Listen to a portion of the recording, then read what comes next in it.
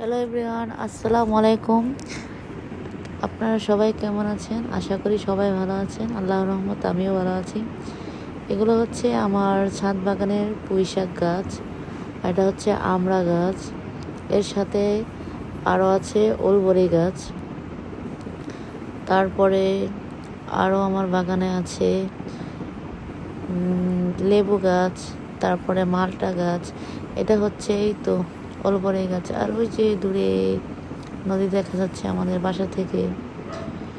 যাই হোক, মাঝে মধ্যে আমি বিকালে উঠে এই তো সুন্দর সুন্দর ভিউ নেই সূর্যের, নদীর আর আমার গাছ। সেদিন ছিল মৃদু বাতাস, মানে সব মিলে কি বলবো, ওয়েদারটা ছিল অসাধারণ।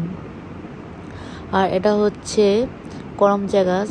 আপনারা যারা করমচা গাছ চিনেন, কিছুদিন পরে এই গাছে করমচা ধরবে।